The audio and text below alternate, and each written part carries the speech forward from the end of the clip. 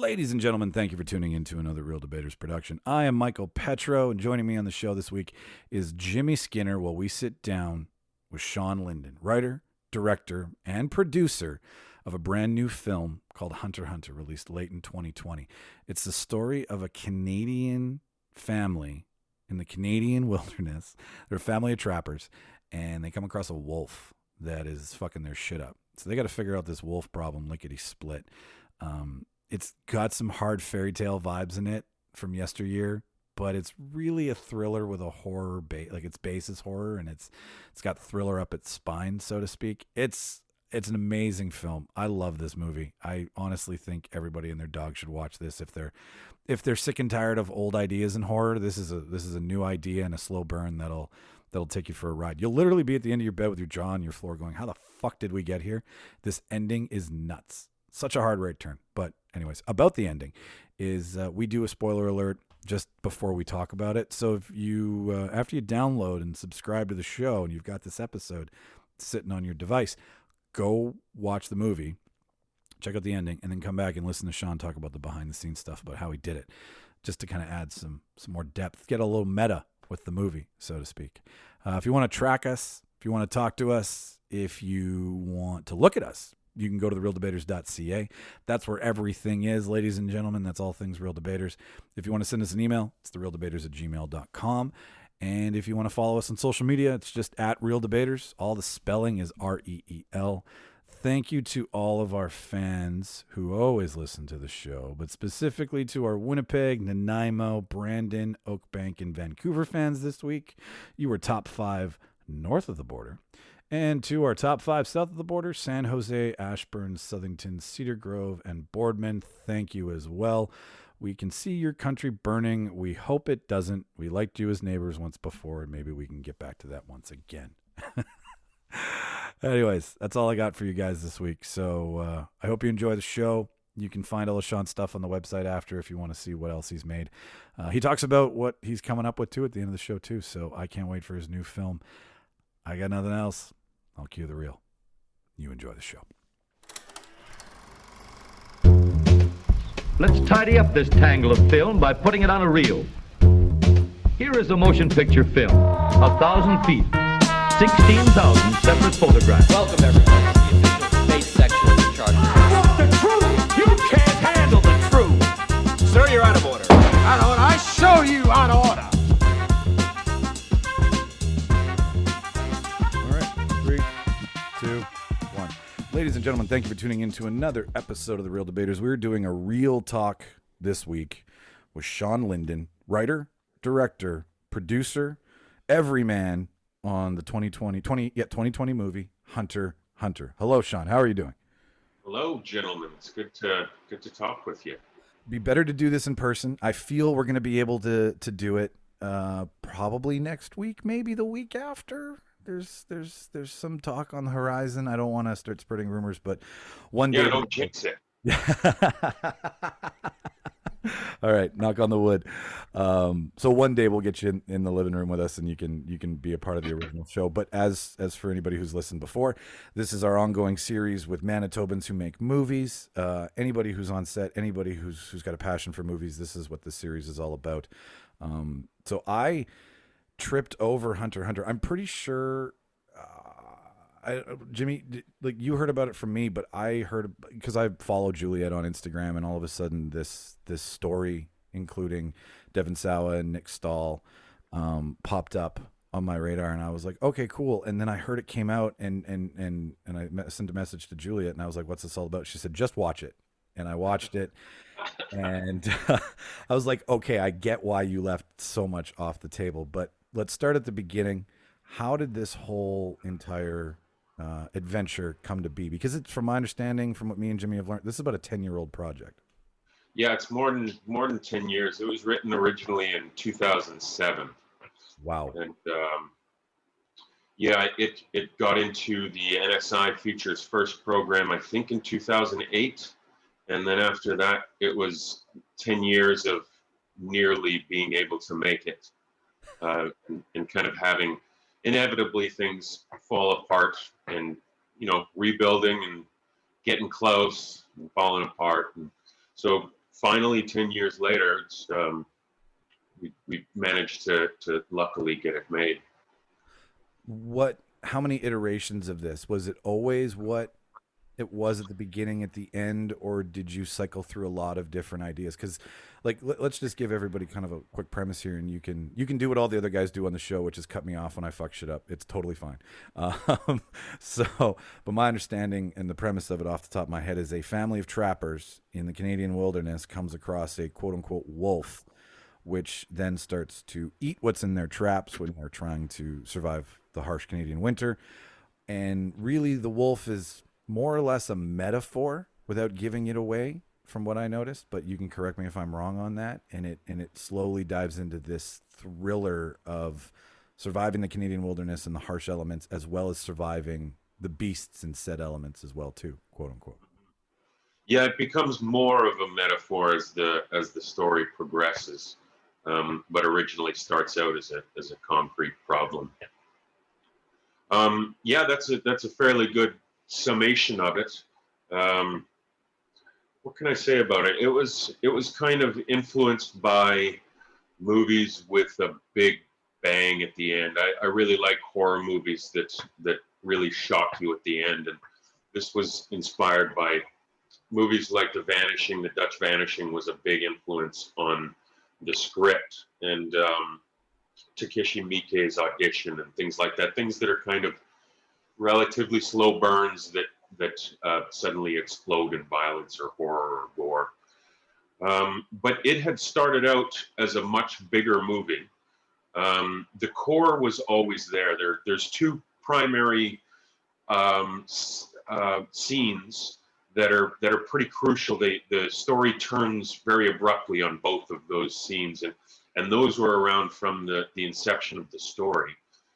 But it had started out as a lot more of a police procedural, and then had vaguely werewolf movie leanings. Funny, I said that before we started recording. Had a very werewolf.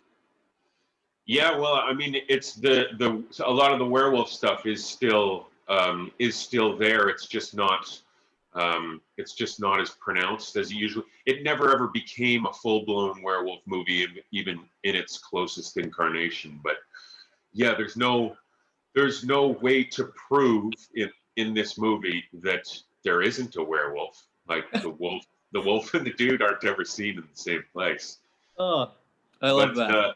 Yeah, eventually it as it moved from company to company who was trying to get it made, it shifted a little bit to suit budgets and circumstance and things like that.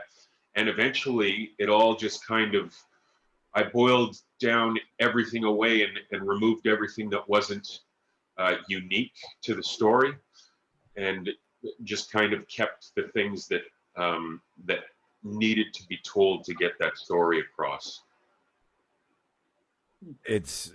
Now that Jimmy has made the comment and you have confirmed it for us, I definitely can see how Stahl was that they're never in the scene at the same time, so you are left to allude that it's not your typical lichen. I'm not liking it as much as but like it's a whole new play on a werewolf being a physical wolf and a real human. Man, I love it when it gets meta like that. That's really cool. So you wrote, produced, and directed this. That's a lot of hats to wear on a movie set. And we're outsiders. We don't claim to be professionals here. This is all, by the cuff and so to speak. So, but I can only imagine what that must feel like, having to switch all these hats and go left brain, right brain. Is that something that you typically do, or is it something you just, because this is your baby, because it's 10 years old, because you've watched it go through iteration after iteration? Is that something that happened along the way because you wanted it to be your vision, or is it something you do when you make a movie anyways? Well, like for writing and directing, when I'm writing a script, I'm also doing a lot of directing work. Like I don't really leave a scene until I can see it visually. So usually if it's a script that I'm going to be able to direct, by the time I'm done writing the script, I can already see the movie. And it's just being a director is just basically being there and executing what is essentially a fully developed blueprint as well as you can amidst all of the chaos of day-to-day shooting. I'm sorry, I lost my train of thought. I do it all the time, dude. Don't worry about it. The question was with moving between writing, directing, and producing. Oh, yes. Yeah, luckily enough, I don't have to do all of those things at the same time. Like once I'm done writing the script, then I can put away the writer in me and move on to the directing. While I'm directing the film, I was lucky enough to have two really great producers, Neil Ellman and Juliet, who is a Manitoban. And when it came time for me to get into the directing part of it, then a lot of the producing duties were taken off my hands and kept away from me while I was focusing on other things. And then when the shooting of the movie finished, and it was more of a point of, or all that was left was the post-production. After the edit and the sound mixes and things like that, I was able to put away the director stuff and reassume the producer thing. So it's really, especially for something that I've written and directed myself, it's a really organic process through and through. It's kind of like a glove by the time it's finished. Like you spend 10 years with something, when you move, it moves. I want to hand it over to Jimmy here because we've been going back and forth this week about like, are you going to ask stuff first? Am I going to ask stuff first? Because we've been like, honestly, truly, sincerely, Shawn, I haven't been this excited about the horror genre, and Jimmy can confirm that because he's on. We met each other because he's such a fanatic for this stuff, and in a good way, not in the fanatic that Devon Sawa was in. See how I wrap that in? But I want to hand it over to Jimmy for a second here, just so that he can grill you too. Jimmy, the floor is yours, sir. I just, from the exact moment of the card and the ominous tone that you guys played there, I knew that I was going to love this movie, and I knew that I was going to enjoy it right from that moment. But I gotta ask you, did Devon Sawa, did he do the wolf call himself? No. Oh man, you should have heard what it actually sounds like in the take. It's hilarious. He went full on, but it sounds like a Bigfoot that just lost his girlfriend, like just crying out into the air. It was hilarious. But he's a gamer. He did it, and all we needed was the kind of the steam coming out of his breath and the fact that he was belting out some kind of utterance from his lungs. So right. I hear that audio. Good question. No, go ahead, Jimmy. No, I got to hear that audio someday. I don't think Devon would ever let that become public. That would be the worst thing to get out. Not like a bad take or a Tom Cruise bitch session on set, but like trying sincerely to do it and trying a wolf call. Like, who's not going to fail at that miserably? Totally. That's unfair to put it. And unless you're Mountain Man Jim Bridger and you've been up there for years and you've got a wolf as a pet. That's the only. But those guys usually can't act. No, they can't. They're there for consulting, right? It was a trade-off taking Devon. I'm glad we tripped on this.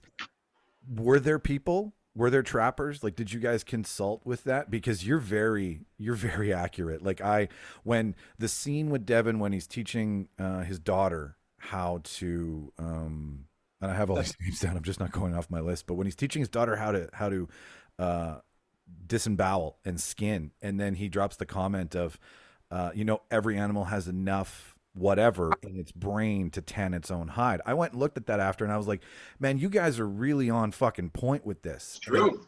I'm wondering, did you consult trappers? Did you research how to live off grid? Like, where did all of the nuts and bolts of it come from? I'm an inside dog. I don't generally. I'm not even really a camper, but I just did a ton of research through the course of those 10 years. I'd gone hunting a couple of times just to get a feel for it. I consulted with with families who had trapping cabins out in the wilderness, and they would go for week stretches at a time and just do it because it's part of their kind of familial heritage. And also, I'd given the script to trappers and other outdoorsmen to just go through it and see if what I was doing was the realistic way to do it. And if there was something that they bumped up against, I would go back and do more research and figure out a way to insert the proper way to do it into the script. It's not all like we do take some dramatic licenses and hide them very well. I'm not going to tell you what they are, but some things have to be done to service the story, and other things, and everything else should be as authentic as possible. Yeah, like that's the strategy that we felt going in. I have always had a desire. Like a couple weeks ago, there's a sick cow on my girlfriend's farm, and they were gonna mercy kill it, and then we were gonna take it down, and I was super excited to do that. And then watching this again, it just I've like your representation of this family in the Canadian wilderness, which is, you've got some gorgeous fucking shots, like you mentioned, with the ominous tone, and you almost make it feel, and correct me if I'm wrong, you give the perspective of the wolf while you're doing some of your tracking shots, like when Devon's walking through the woods and his character is looking for the wolf. It almost feels like we're the wolf watching Devon at some point. Was that is that a misstep on my part, or was that something you were? No, not altogether. We were trying to make a movie with kind of predatory movements.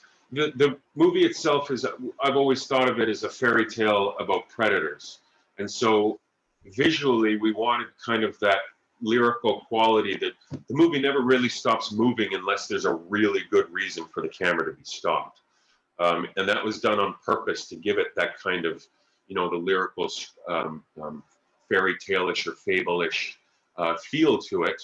And a fairy tale that's darkened will always have that kind of predatory aspect that's looming over it, and we definitely exploited that in every way that we could. I want to make mention here, because we keep going back to Devon's name, but I took notes, surprisingly, and Camille Sullivan blew my mind on screen. Isn't she awesome? She was incredible. She's a fucking force to be reckoned with, and I feel that the main plot is protecting your family, capturing this wolf, and getting on with your trapping life, but there's also a subplot with her wanting to get back to civilization, and she's now seeing her daughter. Like, you've got a lot of different themes going on inside of a thriller or a thriller horror, I guess. Like, it's so many things, because like the first half is thriller, the last half is horror. Like, you were just like, I'm gonna genre blend and fuck you if you don't like me, and it works so goddamn well. But where did you find Anne? Because she's a treasure. It's pure luck. It was pure luck that we were going to, and we were passing out the script to see if anybody was had any interest, and I knew how important Anne was. I mean, she's the main character, and Camille just handles it every step of the way. But she had responded very quickly with interest and wanted to talk to us. And after a conversation, I knew that she was the person to go with. And she came in, and with just minimal, we just had conversations about the character. Until the day came that we had to shoot it, and she was really receptive and had all of her own ideas, and through the course of events, her character just kind of, her ideas synergized with mine, and you get what you see there. The first time that like on day one, when we were shooting our first take of our first scene, Camille was in it, and after the first take, it was just a giant burden or like a weight that had been lifted off my shoulders. Like, we're probably going to be okay cast-wise. If this movie sucks, it's on me. It's not on anybody else. That's very brave of you, sir, to fall on the sword like that. Because I mean, it takes a village to make a movie, but at the same time, you know, there are lines where it's like, well, okay, we wrote it this way, but it's seamless, dude. It's so seamless. Jimmy, I can see you sitting over there, and you kind of wanted to chime in. I want to throw it back to you so I don't hog this whole thing here. Well, it's you know, I just got another question here. As now when we see the main cop when he goes to investigate for the first time, and he starts stepping into the traps that Devon has set around. First, every time I see that happen, I couldn't help but go, oh my God, you know, like that, and it keeps happening. Sideshow Bob, that's what I keep seeing now. Stepping on those rakes. You said that. I said the exact same thing to Michael before we started recording. It reminded me exactly of Bob with the rakes. Thank you. So thank you very much for that. I appreciate it. Was that the question? Yes. Was. Awesome. Yeah. No, it's, every time I see it now, all I see is Sideshow Bob and those rakes. Excellent. Having such sorry, go ahead, Jimmy. But just like with the theme of the traps, and the name itself, Hunter can be interpreted in so many different ways. Like it's Devon hunting the wolf, Devon hunting the killer hunting Devon, the killer hunting the family. It just like, so did you have this title from the beginning, or is it something that came about? Yeah, it was always there, which is, you know, it wound up being 5 years into the writing journey. I found out there's a very popular anime called Hunter x Hunter, which is, you know, it's a lot bigger than my project was. But by then it was always Hunter and I couldn't ever think of another title that would be more appropriate because of what exactly you're saying. It's got, you know, manifold number of meanings. As far as the traps go, the structure of the film was also supposed to resemble that of walking into a bear trap or something, where it's, you know, it's kind of it establishes a rhythm that lulls you into a sense of like vague alarm, but also kind of drawn into the story. And once it claps shut at the very end, then the whole world changes. So it was structured to resemble that even. And yeah, there's traps. It's soaked with traps and you know, psychological traps and all kinds of stuff.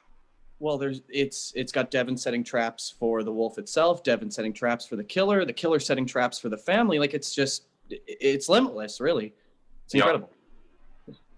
Yeah, thank you. It's we tried to again, being a fairy tale about predators, we wanted to represent, you know, man is, when you're that far out in the wilderness, they're just another animal like everybody else. So we wanted to be equal opportunity with our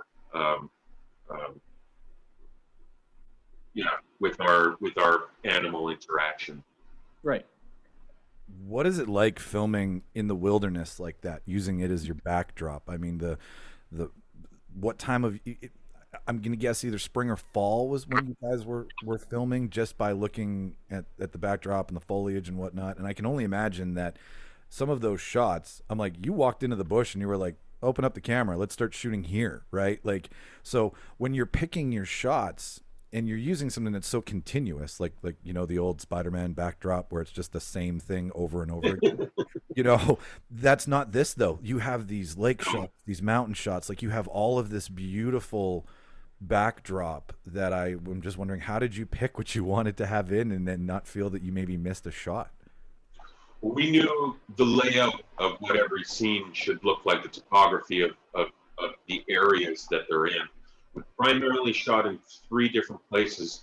The most remote one was out in the Canadian Shield by the Ontario border in Pinawa, I think it was. Yep. And that was, you know, we were looking to the story is about a very harsh and unforgiving environment, and we had to go to those places to reflect that harshness. And it was, our supply lines were super stretched as we're out in the middle and up ridges and deep into this wilderness where there wasn't electricity or running water or things like that. So it was basically just camping with a camera. There was a second kind of topographical scheme that we wanted to have that was a little more flat and European with long trees that might even resemble, a vaguely Asian feel to it. And that was the stuff we found that by chance in Libau, Manitoba, which I'm not even sure if it was a town, but it was a crossroads in the middle of the woods when we were location scouting for other places, and just happened to cross it and look to the left and to the right, and it was like, yep, this is perfect right here, crossing that off the list. And the third place was in Birds Hill Park, at a little heritage cabin that was nestled in the middle of the woods that they were very kind enough to let us use. And as far as the weather goes, it was in October, and if you remember October in 2019, our second to last day of shooting was that day that it was the largest snowfall of that day in Manitoban history. It just dumped everything, and we were shooting an environment that was just a sea of auburn leaves and nice golden shades and everything like that. And that one snowfall just whipped all of the leaves from all of the trees and dumped a bunch of snow on the ground. So we were lucky enough to have shot all of our exteriors.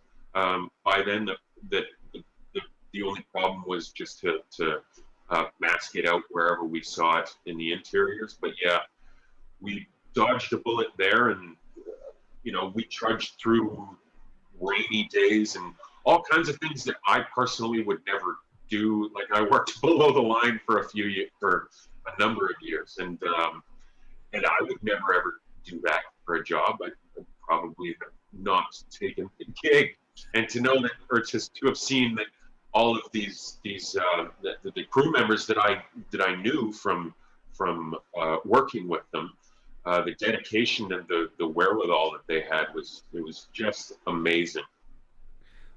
Was it always Manitoba for the backdrop, or were you considering BC or maybe Northern Ontario? I mean, you've got, not to knock what we have here, but it's just there are more beautiful places, but you have made it seem like this is not Manitoba. You have found some pockets that are secrets, and it's a great showcase. And you're from Manitoba, so I'm imagining that may have had something to do with it. But for sure, yeah. It's once you get the Canadian Shield is really beautiful. Like it's gorgeous, and it's got elevation. I know we're smack dab in the prairies, but the minute you're getting into the Canadian Shield, it's a lot of rocks and a lot of beautiful big trees, and there's just a lot of stuff. But yeah, I'm sorry, I lost my train of thought again. That's okay, dude. You're in good company. I had a point. I have them too. Maybe we'll find both of ours. What was the question? I'm sorry. Just the question was, why did you choose Manitoba instead of choosing something that's traditionally used? The most practical matter was you're right, that I'm from here, and all of my resources, and I managed to get a really good crew that I don't think I would have got if I was just a stranger walking in. And I know who I like to work with, and I got to work with those people. So yeah, it was more just a matter of practicality that I always knew it was going to be here. Also because I knew that if I went to any other province, it would inevitably be more expensive. So sure, yeah, it's pretty much a no-brainer. Where did these? I want to get back to your creation here, your baby. Where did these characters come from? Because I think we can all agree that you're paving some serious new ground with using the Canadian wilderness as a backdrop for horror, while at the same time picking a profession, a lifestyle that also isn't, right? So you've got your fairy tale aspect, which makes a lot of sense. Cabin in the woods, dense wood, like, you know, these are all very rooted in fairy tale lore, so to speak. But Yeah, the you know, the burly woodsman and the big bad wolf and maiden in distress. Those were kind of, they were always consciously, you know, sort of starting points. I wanted to use some of those elements and then go off in ways that I wanted to go. But yeah, that was the characters. I really wanted to find a profession that was going extinct, or that it ceased. Its utility was it was no longer useful in the modern world, and so these people were a throwback in every way, and really secluded from civilization, and just living life according to how they'd have it dictated, instead of living in a society. So that was the main jumping off point of having them trappers, is, you know, there's no need for fur anymore. There's quite a bit of backlash to it, and it's just not something people do. So how you know, Merceau, the lead character, is really determined to pass on these traditions to the next generation. And Anne's character, Anne, the wife, knows that there's no utility to passing this along. And so what's that going to do with their daughter if they're training her to be an animal that's extinct already?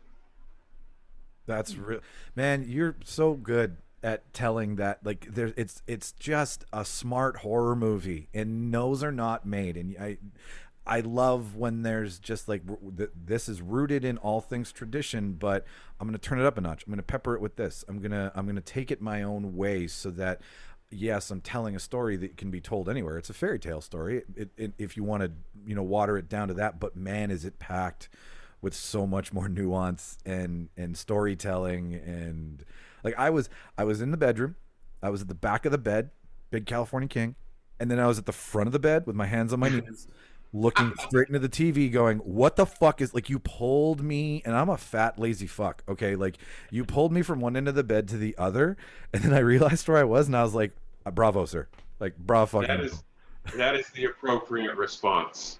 It, Yeah, no, that's like bringing it back to The Vanishing. I don't know if you've ever seen that, the Dutch version, but it's like a mystery thriller. But by the end of it, there's one scene that's at the very end, and it's the movie all just culminates into this one scene. And I'm not going to spoil this movie that was made in 1988, but the final scene had me, but like, I didn't even know that I was doing it, but I was standing up, and my hands were like running down my face, and I wasn't aware of any of it, like going like, what the hell just happened? And so those are my favorite kinds of movies. I'm glad that I may have made one of them. oh yeah, no, you moved all 250 pounds of my lazy shit from one side of Nice. the other. So Well, it's the movie with there's a really heavy experimental nature to it that hopefully you don't really see, and the movie's about we were really trying to play with sustaining tension without satisfaction. So it kind of, at the beginning, it kind of finds your fight or flight response, and it just presses that button a little bit and operates at a low hum. And you know, most movies will, in a horror movie, you'll get a jump scare after the tension, and it's like, ah!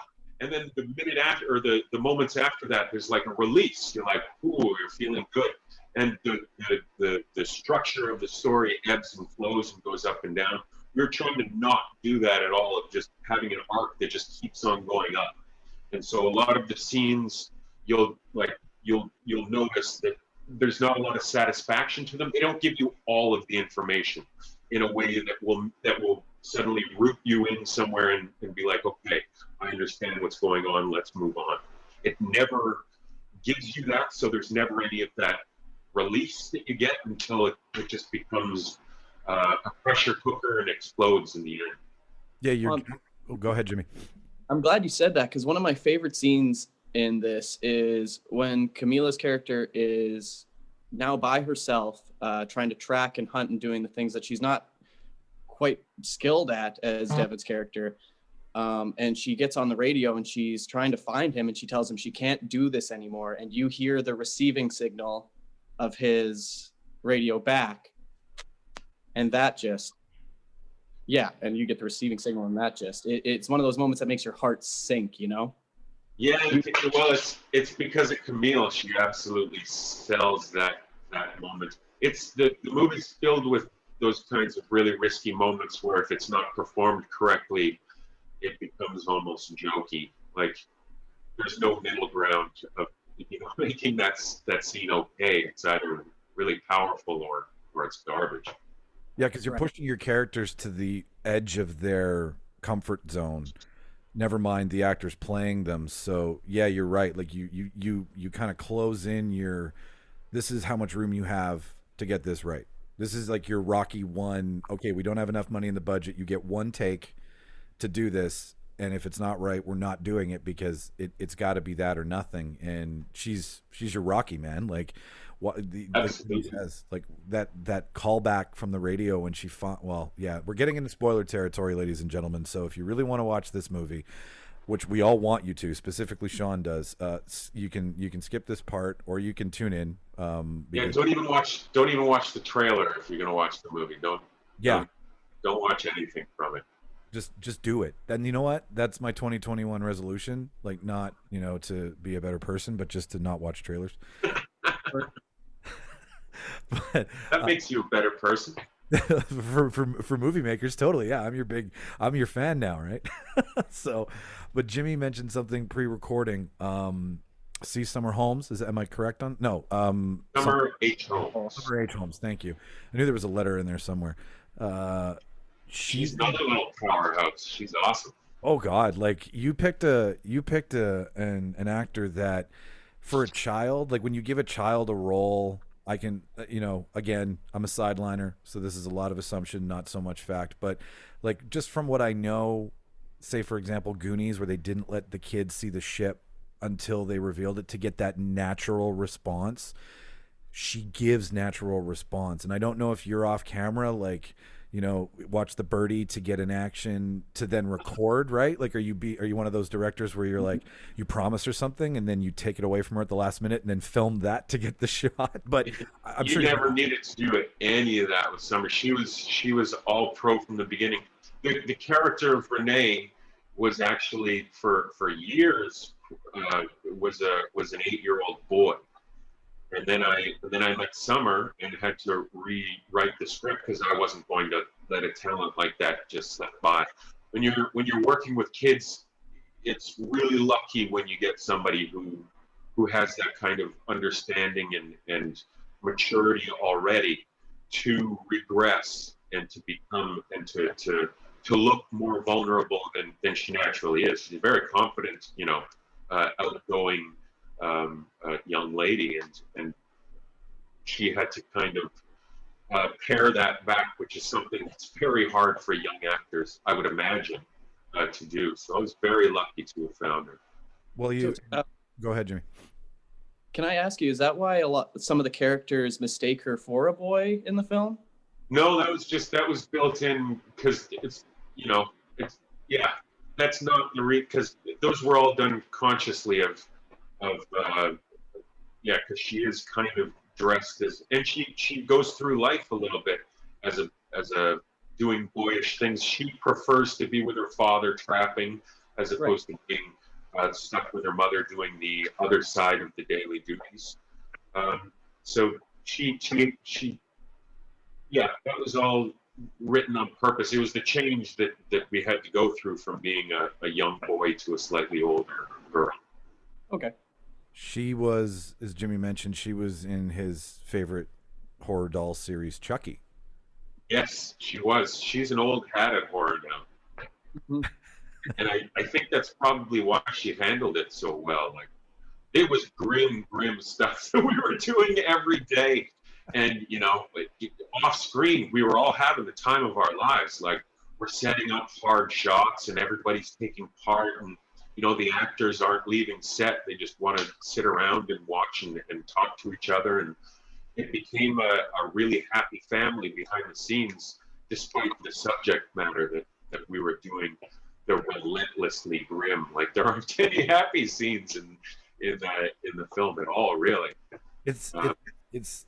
I want to point something out because I don't want it to escape me here, and I the little things that Jimmy mentioned that you do that just kind of set so much depth to your characters, like when the Keystone cops with the conservation officers, right? Like how like you created, they're so far off the grid because it's off the grid living, but yet the tropes and well, not the tropes I should say, but like the common problems of a normal bustling society still exist where, you know, they're in the middle of nowhere. Like the conservation officers kind of have it out for these people because they're living off the land and they're a problem for them. Like you think no matter how far away you get from society, you leave this shit behind, but you can even find it in the middle of the Canadian wilderness in a horror.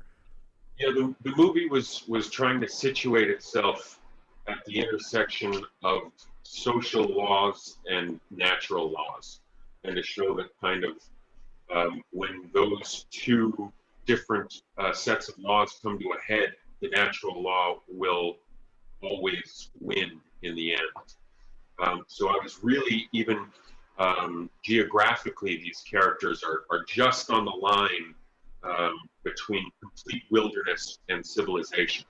They're at neither point, especially the forest rangers who are at that intersection, while the family is going off a little too far off the grid, which is, you know, they've crossed the boundaries that separate the social laws from the natural one. You've made me realize that we're Mother Nature's bitch. We are always Mother Nature's bitch. no matter how big your trap is. So me and Jimmy are huge Devon Sawa fans. Me Nice. from my youth, Jimmy from his too. I mean, he transcends.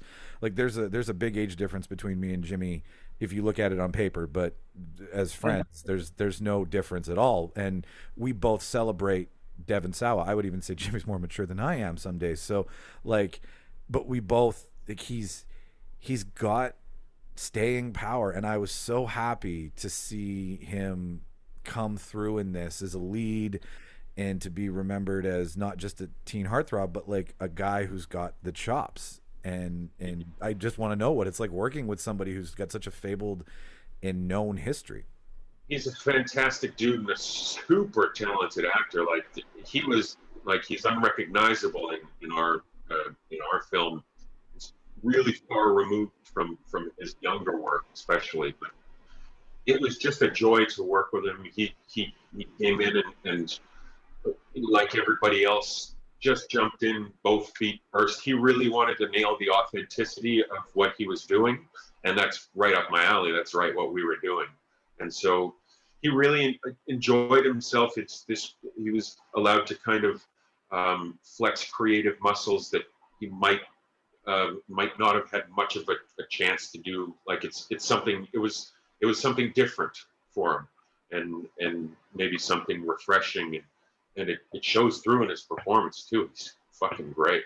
He's on Malton on Movies, the most recent episode of Leonard Malton's podcast, and he's just a fucking fanboy. And I was just so excited to hear him like geek out about working with Travolta in a movie that he did and just going over his career. And you're like, there's such an authenticity and genuineness in him. And like teen actors get such fucking guff these days, right? Like they're so watched because it's like, you know, it's a pretty hard life being a kid having all this thrown at you and then have staying power after. And he even says in his interview where he's like, you know, I took a break from it. I was like, am I really enjoying this? And you can see him enjoying this again in your movie, which just adds to a probably better working environment, but more depth to a character. Did you know that he played Stan in Eminem's Dear Stan? So you guys are actually standing on the original Stan. That's totally true because he did give his blessing when they did the Pete Davidson skit on SNL. Oh, right. Yeah. I never got to see that. I never got to see it. Watch that one, dude, because it's so good. Like they do such, and Eminem closes it out like he does the last little 30-second bit of it. No way. Like that's a big damn deal to go from to take your movie career and then jump into a music video and then jump back in like you're like your movie does. It takes a hard 90-degree turn because it's almost there's nothing wrong with it, but it's to go from where you are to jump to a music video and then have the ability to go back to carrying on a career. That's a ballsy play specifically. He's a really versatile dude, and I guess that's probably a large source of where his acting talents come from, is his ability to kind of adapt and react. So yeah, it was a joy to work with him, and I guess your next points that you're going to be moving on is our next ex-teen beat or Tiger Beat star. Dude, like it's nuts because I'm a huge fan of Bully, a huge fan of that movie. It does not get enough. Like Brad Renfro, Nick Stahl, a couple. Oh, Bully, yeah, so good. You know, and so and to watch him go and have his little moment out of the industry and then to come back, I really think me and Jimmy both want to know is, at this point in the movie, everybody, this is where it starts to get really fucking crazy, and Shawn becomes a dark individual, and you're gonna love him for it. But did you go through a lot of creepy ideas before you landed on Nick for his role in this movie? Because he's late to the game, but when he steps on screen, it's like you've been here the entire fucking time. So was he always kind of in your mind, or did you have other people? Him as an actor? No, he was. It was like all of the cast. It was basically just really good fortune that they managed to wind up in my lap.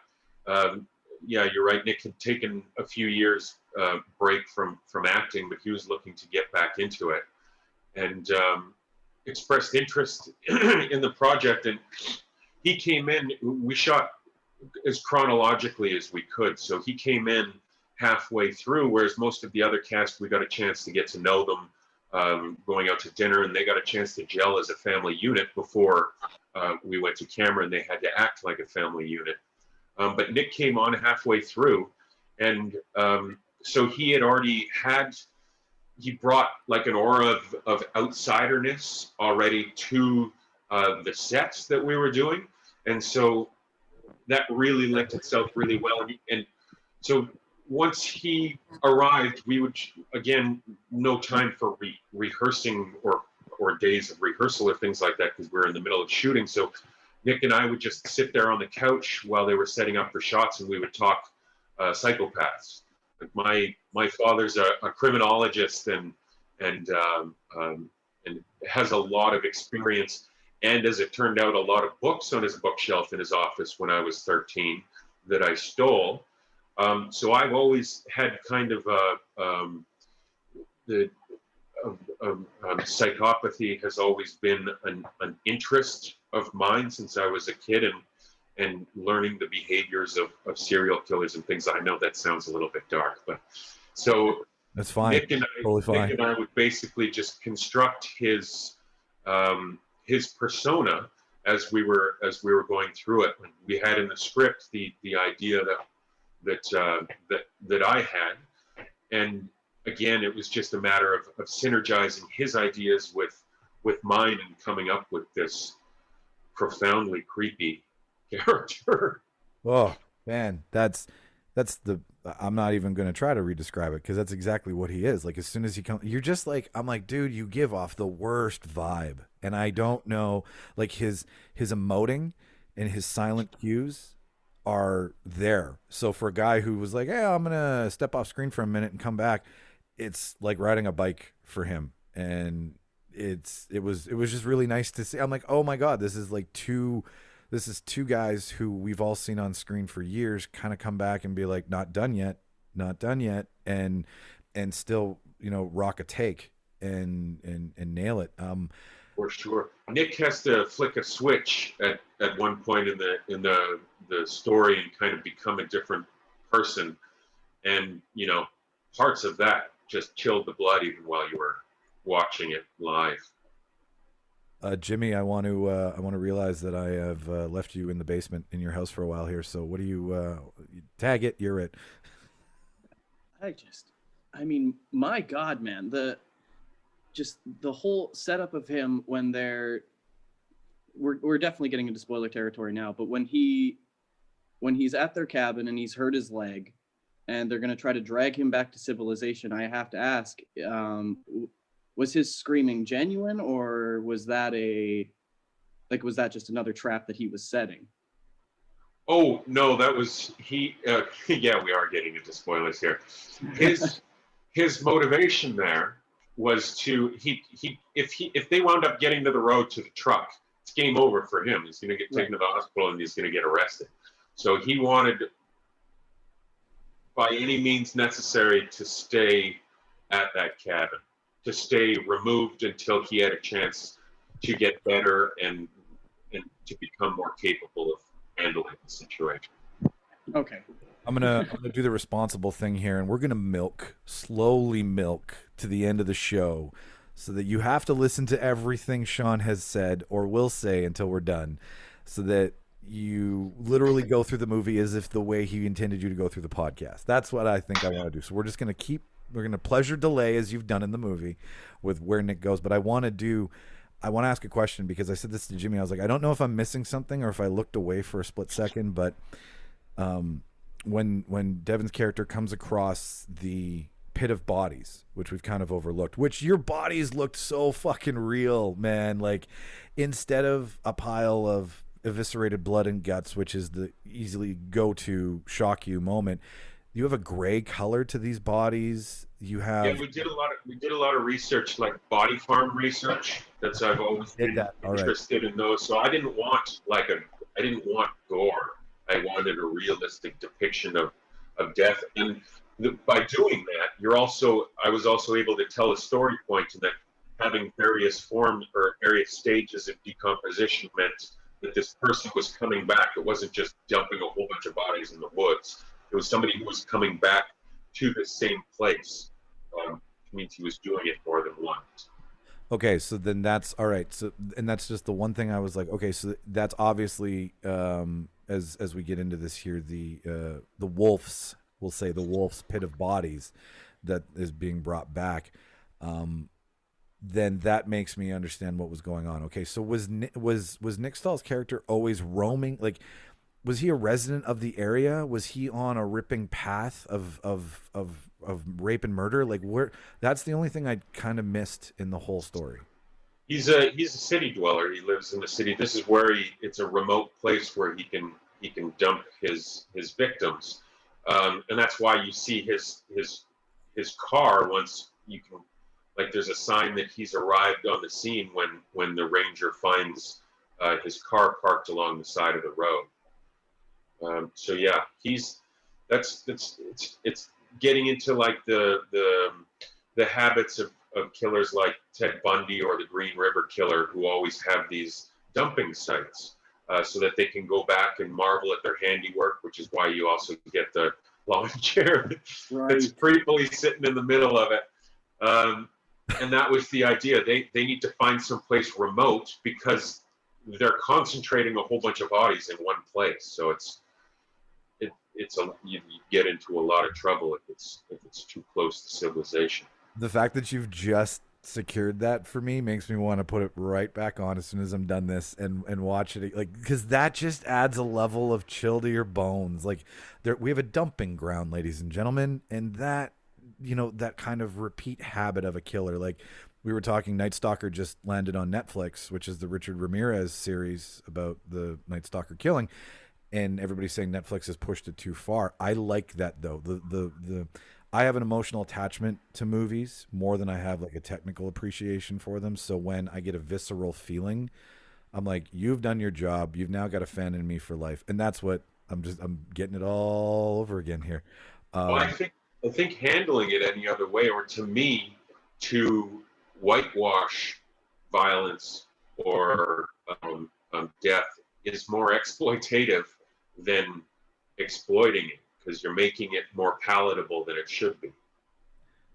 Yeah, and it should be horrific. Death is horrific.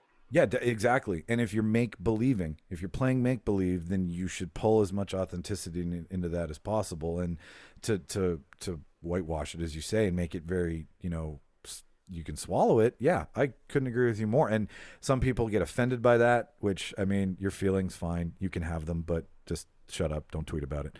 And that you're supposed to be left affected. You can laugh, you can giggle, you can cry, you can scream, you can shout. This one left like I walked in the other room. Shauna looked at me and she's like, "What?" And I'm like, "Wow, wow." And I want to lead into the special effects of this right now because we're closing in on the end game here.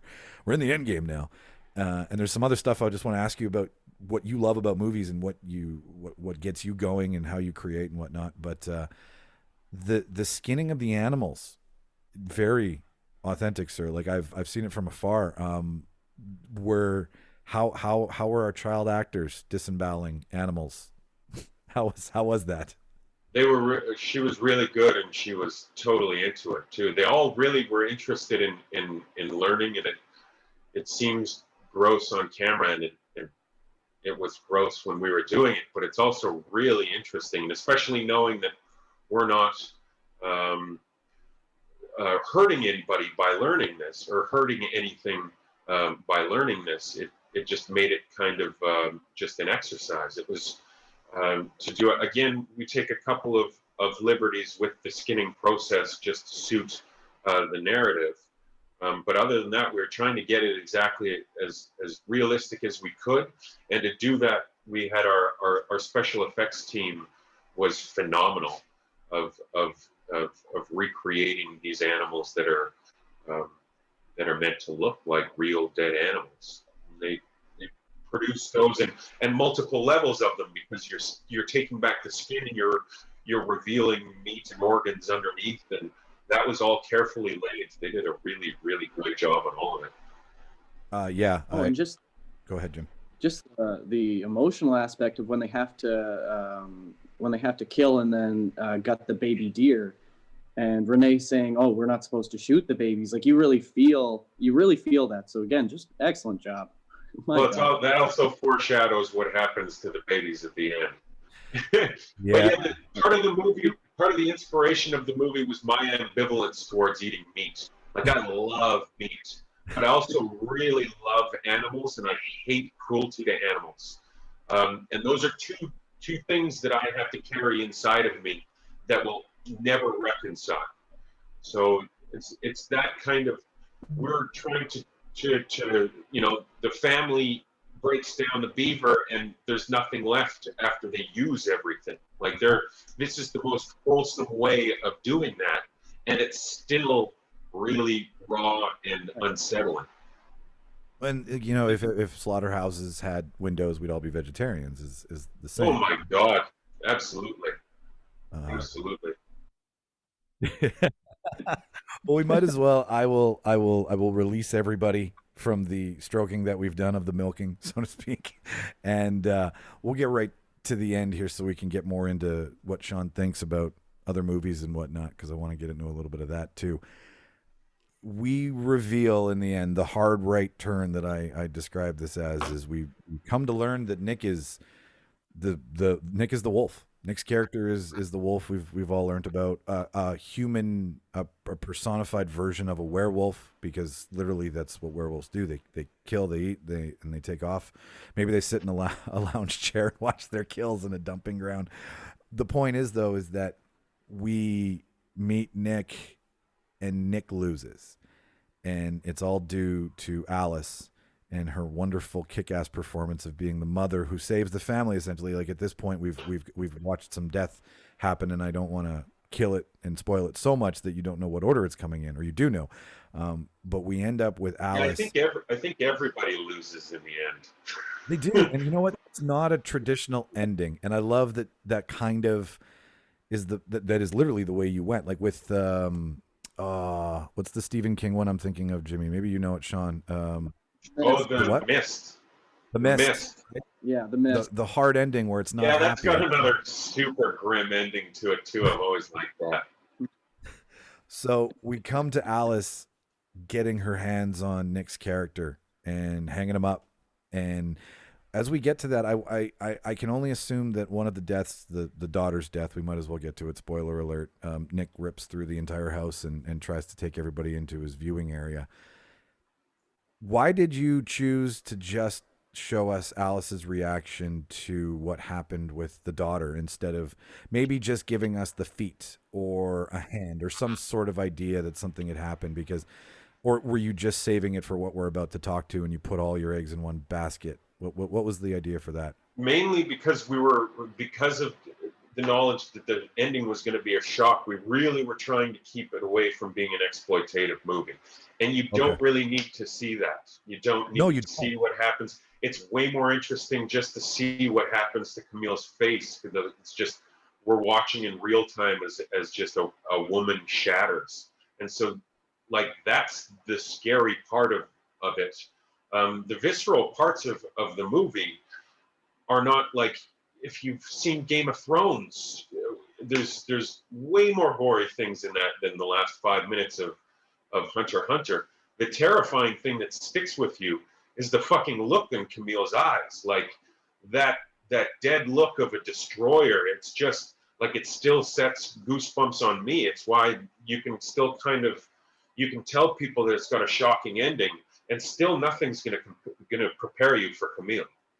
No, and it starts with the man of the house trying to protect his family, and it ends with the one woman who wants to leave and hates this style of living pulling this fucking murderous rampage out of her that you just don't expect until the very last minute. And it's that mother and cub instinct with a lioness and its cub, right? Where you just like, you've wronged me, and now you've gotten between me and my family, so prepare for the fucking reckoning. Well, yeah, she's had everything taken from her, so by that time there is really no Anne left. There's just a machine of vengeance, or the same kind of sadistic instinct that Lou has, which is why the Walkman is pretty significant, because she's using his battle music. That was it, and that tune is very. I watched The Sinner, season 1 of The Sinner, has Jessica Biel's character. Her trauma is rooted in a classic late 80s, early 90s tune, and you had the synth vibe of the song in the Walkman that was used by Lou's character. That she takes. It added another depth of she's using his toolbox. Yeah, that's the song's by a band called Tales of Murder and Dust.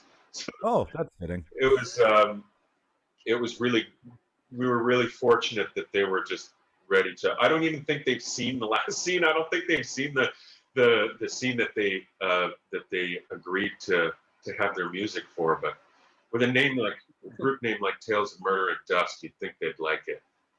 No shit. Yeah, like I can't see them calling you asking to retract or dub over. But we end with a killing that is so fitting in a movie for trapping and skinning and living off the land.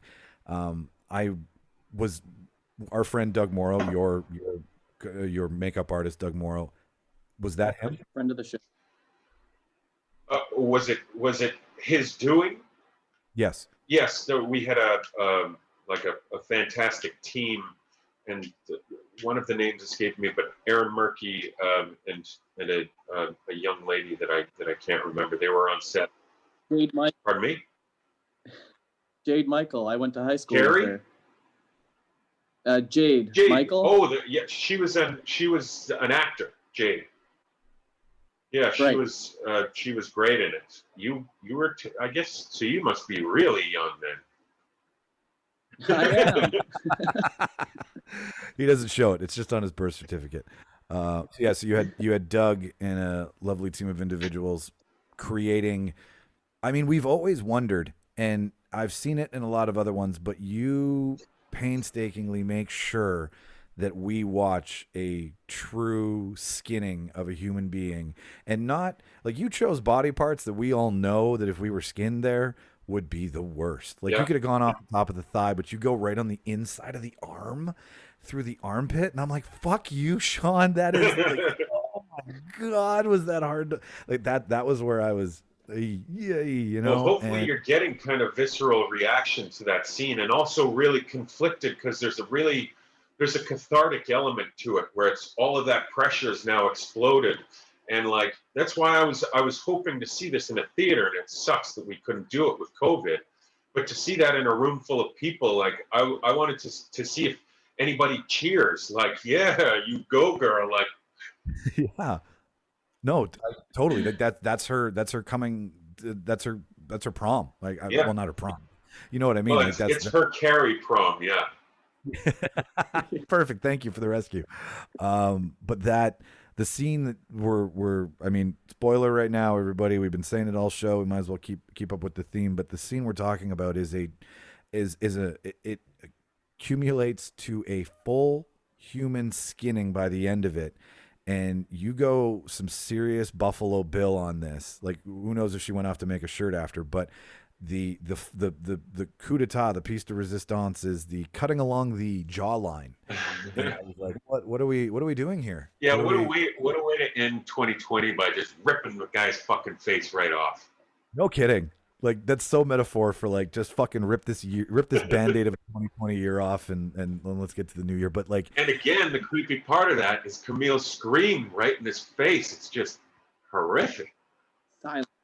Mm-hmm. I love that. Yeah, all you can hear is the music, and you feel her scream. You don't need to hear it. We really tried to, like, I went and did I went and researched all of like skinning on film, and to see what mistakes people had made of like what actually would come off with the material. And, you know, like everybody's seen like the Hellraiser skinned dude, and everybody winds up looking like they've got a full prosthetic on them so that they look larger than they would, as opposed to if you were taking off the whole layer of dermis, you'd be a lot thinner. And that's where BJ came in, because we had to find somebody. BJ also has a very thin face too, so we had to find somebody who would be the same size as Nick Stahl if he were to have had his skin removed. So that was BJ doing any of the fight stuff with Camille when they were going? Okay, so he was doing the tumbling. Okay, and then he was the hanging corpse. Camille was doing the tumbling. She was not going to have it any other way. Okay. But, yeah, BJ was our stunt coordinator, and BJ would be the one throwing her around. Yeah, he's I've known him since we were in grade 7, and I always knew that he was going to go off. Like, his movie The Return did super well at his festival run, and it won an award at the H.P. Lovecraft Festival that I had won 7 years ago. It's rarefied air. Passing the torch. That is I hear that is a pretty big for an independent or for a film festival award. That's you've been kind of knighted by a certain community with that one. Yeah, he had a lot of success with it, and he's responsible for the success of this movie too. He did an incredible job. It's, you know, shooting action scenes and stuff. That's hard. It's a whole different kind of hard than straight drama, and it was really invaluable having him there during those times, because I don't know if we would have done it we wouldn't have been able to do it with any lesser person. With the amount of authenticity that came into that skinning when you're left, and like you roll the camera around too. That's what I really loved. Like, you kind of came from like that Dutch angle where it's like, you know, you're going to see the reveal, and you brought it around. And then when you see him finally just like shaking in pain, I'm like, that's BJ. That looks so much like my friend BJ. Just skin live, you know, because I've seen those features for, I've thrown the guy across the room before. I know exactly what I'm working with when I see him on screen. And like, what was that process like, putting him in that with everything? Like, that looks like one of those days on set that, you know, 6 hours in the makeup chair before, you know, for 3 minutes of filming. Oh yeah, they had a pre-call that day for sure. Yeah, it was a lot of makeup effects and just a little bit of CGI and stuff just to get things just right. We knew, like, again, going back to how a face is supposed to look when it's skinned, it would be missing its lips, which is very rare to see in any depictions of skinning. It'd be missing most of the cartilage, if not all, in its nose, and I think the clincher was that eyeball that's just kind of darting around that kind of brings the whole It's like the rug; it just brings the whole room together. Well done, dude. Well done. All right. Well, I don't want to. Your film is fucking fantastic. It's a Thank- solid 5 out of 5 reels on our show. Awesome. 100%. I put up my rookie review of it. It's on our blog. I was like, I'm gonna critique this, and then we're gonna talk about it. Maybe if you want to go read it, you can. There's a comment section. If you want to kill me in the comments, you're more than welcome to do so. Be like, this is the director speaking. It needs to be reconfirmed, and I'll totally do a Wikipedia flip for you. Not a problem. Point by point. Yeah, totally. We try to do a brief one because the principle of the show. Sorry, I'm racing a sunbeam here. No, that's okay. Yeah, you've got a lovely glow to you now. But the point of the show, we make up situational debates and we insert ourselves in the movies, and then we take the characters out of the movies and insert them into real life. And to give you an idea, like our swan song, so to speak, well, not our swan song, but like our gem was when we realized we took Sylvester Stallone and tried to ask the question, what summer, like, would he be a good summer camp director? What what Sylvester Stallone character could do that job? So that's the kind of fun games that we play on here. Be a summer camp director? Yeah. Ooh, Rambo would be a decent one. Well, that was the caveat, was that we had no Rambo and no Rocky. We had to go with like deep cut Stallone. We've done Schwarzenegger too. That's why I'm confusing the two. But like for my mom will shoot. Yes, there's For my mom will shoot. That's the bulk of the show, and then everything else kind of came into working with film professionals and talking to you guys and getting your perspective on things. So sure, give me one of those. Oh God, we'd love to have you back for that. I more or less right now though want to know what do you love to watch? What do you sit down, like, is it the same things you like to make, or would we be surprised to find out what some of your favorites are? Well, my favorite movie of all time is The Dark Crystal, but we don't have enough time to get into that. We'll make a whole episode just for that, because it's sure. Yeah. No, I go looking for. I love smart horror or smart, like, speculative fiction. Those are my two favorite things, and inevitably that's always kind of what I write about. The scripts that I have for myself, no matter how much I try, they're always kind of a scattershot of different genres. Like Hunter x Hunter isn't a straight horror movie, but there's definitely horrific things that happen in it. But it's also got an element of, mystery and thriller and survivalist outdoor drama and things like that. So I don't really stick with any particular genre, but I've always loved horror and I've always loved sci-fi. And so whenever I can find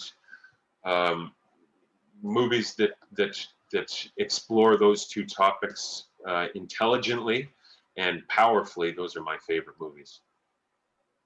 I think Jimmy would agree with me that those two genres don't get enough credit where those movies are made. Like when you start to add in when you stop making them less about the characters and just more about being blown away and watching big kills and big sci-fi scenes and big ships and gunfights and whatnot. None of that stuff has any lasting power because everybody improves it every year, and you're just dating yourself unless there's serious content to it. Totally. And when somebody does a smart take on anything, specifically genres, it's like rap not getting enough credit at the Grammys, right? Like, I feel that, and Jimmy said this before, that the horror genre does not get enough respect at the award shows. And it's a huge genre. It's been around for 50 fucking years. Like, it completely gets reinvented every so often. People do new takes like what you're doing. They're adding in depth of character and making a genre way more respected than it once was, where it's just, Freddy, Jason, Micheal, and whoever else you want to throw in there. Like, there's more to it. And I'm glad you're doing that for a genre that needs more attention and more respect. Yeah, horror deals with a lot of serious themes for sure, and you can go either way. You can go the full on popcorn element. And there's nothing wrong with those movies. They accomplish what they set out to do.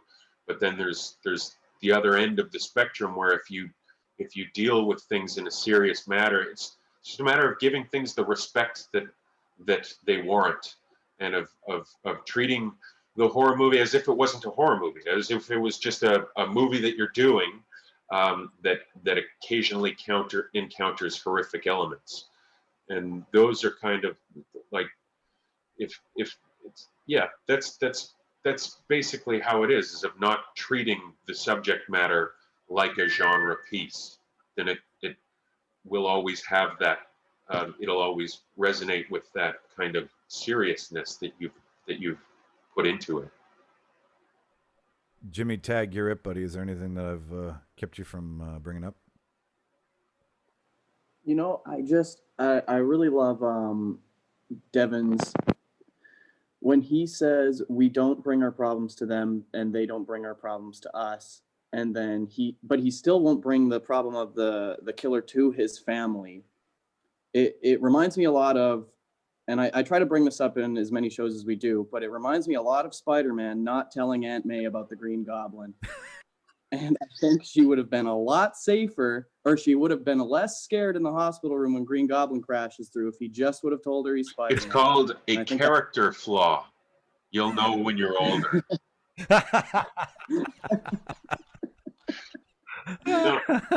No, I mean, Merceau knows that if he tells that secret, their time in the woods is over. She's definitely going to leave if she knows that there's a bunch of bodies nearby, or not nearby, but in the vicinity. So he knows that he can't tell her the truth, and it's basically his it's his character that he solves problems himself, and so he takes it on himself with very tragic results. But yeah, it's a flaw in him that he's so he finds civilization so repellent that and so dangerous that he brings a different kind of danger upon himself. Right. When Lou says to Camille, I bet your husband told you it was a wolf he was tracking, was that to give you as the audience member a sense of dread that he was imitating a wolf, that it all kind of came to a fruition that maybe the previous wolf that, because remember the argument is that the wolf is back. It's not the first time we've seen the wolf. So was it always a wolf the first time? Or if you want to get into the straight psychology, which I've consciously avoided in the film, just because going back to that sustaining tension without any kind of satisfaction or release, Lou he had an encounter with Joseph, but from his perspective doesn't really know what Joseph was doing out there. So when he wakes up and Anne tells him that he was attacked by a wolf that his husband is out chasing, then he's able to bank that and kind of build that into his story, and give it a reason why, and make it part of the reason why they don't leave the cabin. And so once she is incapacitated, he really tells her the moral of that we were just talking about, that, like, you know, your husband lied to you and told you he was chasing a wolf, but you know, this is what you get. You go courting predators and you get a predator. Again, like you're like Shrek. You're like an onion. You're layers. Like it keeps getting better and better and better until you let us release, and then like I remember once I was watching a Jets playoff game. I had my Apple Watch on and my heart rate monitor went off because the suspense was so high that it said you might be experiencing a heart attack. And we all had a good laugh about my blood pressure, but I guarantee you, if I'd had my Apple Watch on watching your movie, it would have done the exact same thing. And it's a slow crescendo, like a beautiful fucking like a symphony piece, right? Like it just rises with the music rises, the characters rise. They all, if you drew a line, it would all have everybody in sync doing different things, but all coming to the same conclusion at the end, which is the mathematical beauty of your film. Good. Well, then that experiment worked. That's basically what it. When I was making it, like after 10 years, I had no idea whether where the power was coming from in these scenes or whether or not they would pay off, because they've been with me for so long, and especially during the editing process where you're watching the whole movie 3 times every day, you start to lose like any kind of it ceases to have any kind of effect on you, and you're not really sure if it pays off, and that's where the risk and the experimental nature of it came. And it's great that for the most part it seems to be paying off. It's definitely not everybody's kind of movie, but for the people who like those kinds of movies, this has an effect on them, and that means that it worked. Yeah, well done. You did it. You should trademark this kind of thing so that it's yours, and then if people want to use it, you can just make bank. The Shawn Linden method, right? You can go down in history as the Linden method, like the I don't know, like the Coppola, right, or the Scorsese, the Linden. Profoundly keeping people creeped out for 90 minutes. That's the story of my life. But well, but like doing it in a creative and beautiful cinematic way that is packaged into something that is not the traditional. It's you've done this thing where when you make you wrap the really cool gift in the really shitty box. That's what you've done. Right, you've taken horror, which is traditionally the shitty box, not by our standards, but like by a lot of other people. And I don't want to fucking watch a horror. And then inside of the horror, you put like a brand new iPhone 12, like just some really lovely, interesting. I shouldn't refer to your film as an iPhone, but like just some very lovely changes to something you wouldn't expect. So you're fucking 10 out of 10, dude. Good, thank you very much. I'm really glad you liked it. I started doing this last year with our interviews, and the gentleman passed away, James Lipton from Inside the Actors Studio. He used to have a set of 10 questions he asked all of his guests. Oh yeah. Closed out. I love them. Until somebody tells me I shouldn't be doing them, I'm going to keep doing them in honor of them. So you're our first one of the year. You're our first interview of the year. What's your favorite word? What's my favorite word? Teeter-totter. Especially when a British person says it. Delicious. What's your least favorite word? My least favorite word? Panties? Ugh, Jesus. I guess. No. That's a famously hated word. Is it? Panties. I don't like it. Panties, just poop. And panties sound like what the thing is, right? It's like a dirty version of what the thing is. This is not in any way a sexual question, but what turns you on creatively? Good question. Mystery, I guess. Not knowing something in the mystery maybe implies a desire to learn something as opposed to just the unknown. That's what I think gets me is the unknown and the desire to look further into it. And what turns you off creatively? Romance. I'll never write a Christmas movie. No, you're not going to make the next big Hallmark? No. Thank you, sir. Don't do that to yourself. You're too good for that. Oh, they're awesome. They're awesome people who work on those, especially because we live in Winnipeg, and that's a big part of our film industry, and we do them really, really well. I don't mean to shit on Christmas movies. There's awesome people who work on those. We have a debate that we did about Hallmark movies that I'm waiting. We missed the boat on Christmas. It didn't come out because we had too many episodes, so I missed putting that one up. But we have one about making your own Hallmark in honor of Winnipeg being the Hallmark production capital of Canada. And I mean, Nice. you know They're what? good, Like, they're good shows to get day drunk to.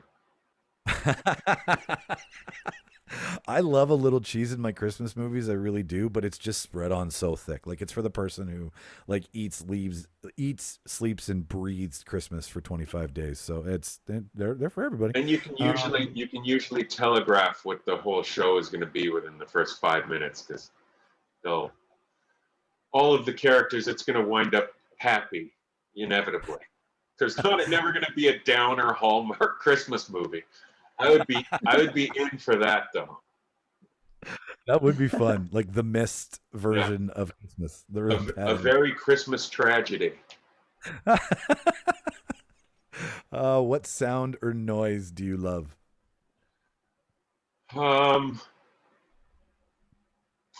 When I wake my cat up by surprise, and she does like a little brr. That's probably my favorite noise. That's delicious. Which one It's do like you the hate? human equivalent to what? Huh? Oh, what? Yeah. What sound or noise do you hate?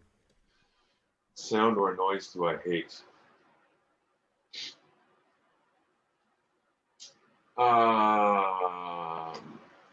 Sirens. Really? Yeah, I don't. Yeah. What, you do like siren noises? What are you, 6? I love them. Yeah, no. What am I, 6? Yes, I have a collection. I have an audio file of all of the sirens I love. Yeah, you just put them on repeat while you sleep, like white noise. I guess I'm just so used to living downtown that a siren at night is slightly. I mean, nothing ever good is on the end of a siren. No, but see, that's why it usually implies that something's gone wrong. yeah, There's no everything's fine siren.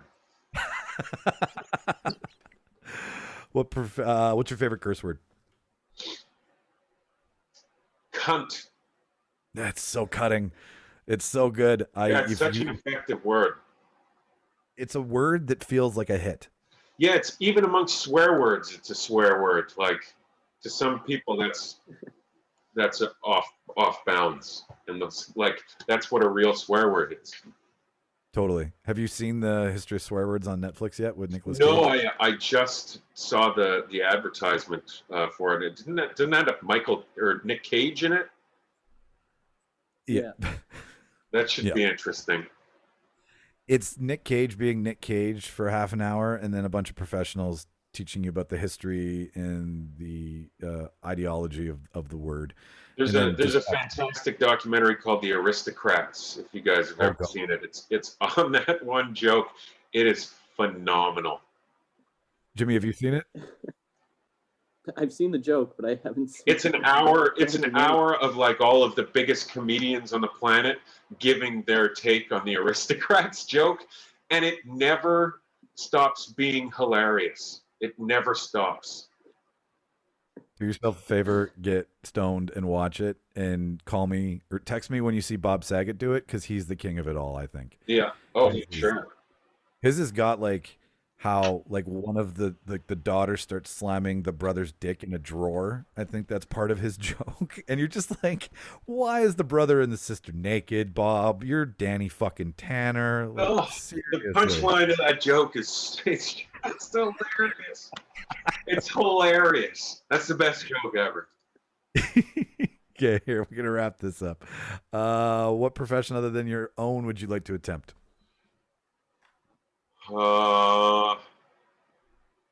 None. Okay. I'm totally useless in every other respect, but this, where hopefully I'm less useless. Yeah, I can't think of anything else that I would rather do, or that I would do instead. All the rest of it would just be a 9 to 5, no matter what it is. Yeah, and that means you're happy. If you like what you're doing, and you don't think anything else is good, you're right where you should be. Yeah.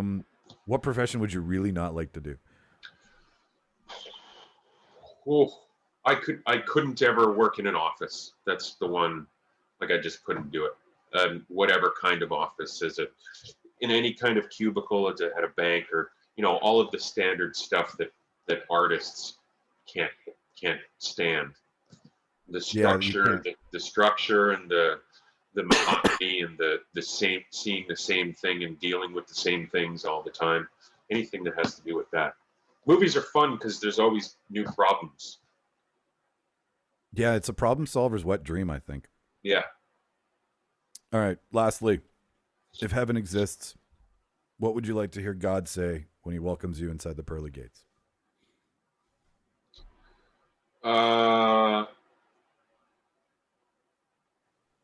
I think you went through the wrong door.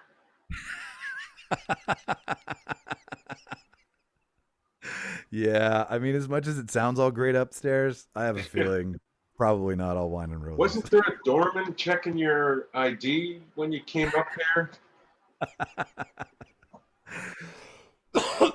I just watched Soul, and Soul is a really great play on mortality and death, and it's Pixar finally stepping outside of the Toy Story machine that makes all the money. When I saw that, I was so because it leaves you hanging. It starts to look like they're gonna let this guy die, like he's gonna die and that's gonna be the end. And I'm like, whoa, this is gonna be a serious, Pixar's taking it, going real deep on this one. And then he gets the second chance at life, and I was like, no, it's pleasant. It's a good movie. It is. It's a feel gooder for sure. But it totally compromises the sacrifice that he makes, because it's always it takes the easy way out when movies portray sacrifice, and then the powers that be recognize the sacrifice, and suddenly they're no longer in any kind of danger, and they don't sacrifice anything. Well, yeah, and then that gives no conflict, and then thus gives no reason to stay tuned. Yeah, and sacrifice doesn't often have a reward like it does in the movies, so it's false advertising. Well, that's for the kiddies, I think. That's for lead a good life, and your second chance may come in the form of salvation. But that's I mean, I don't know why I was expecting a Pixar movie to go dark at the end, but whatever. It's for the kids. So your 10-year dream has come true. It's a fucking fantastic film. It's a great piece on so many things. What is next? Another 10 years? No way. My next movie is going to be next year. It's going to be on a desert island. It's already in the works. Ooh, I like one place movies, because when you don't give yourself anywhere else, then it's all story. It's all character development. That's it. And if you can make that one area just breathtakingly beautiful, then all of your shots already have that base on which you can compose beautiful frames and beautiful performances. Just becomes a beautiful thing. We couldn't have done the Hunter x Hunter without, it wouldn't have been nearly as successful without the breathtaking beauty of that nature. A desert island would do the exact same thing. I hope. You've got two people guaranteed to watch it no matter what you do, buddy. You've earned the trust of this show. So, thank you so much for taking an afternoon with us. We're just a bunch of yokels doing what we love, but when pros like you come on the show, it means a lot to me and Jimmy and the rest of the guys to sit down and talk to people of caliber who do what you do and give us your time. So that's a big thank you from us. For sure, man. Anytime. I got a new movie out, and I'm really anxious to see what people think. And thank you very much for the feedback. I'm glad that you liked it. Pleasure speaking with you. It's it's fun to watch stuff and then be like, okay, I'm gonna nerd out hard over this. Like when and we get to take the chains off. That's the dream of the show, is to talk to the pros. Anyways, so I'm going to extend you a welcome back invitation anytime when we sit down and actually do the normal shit and play some of our games.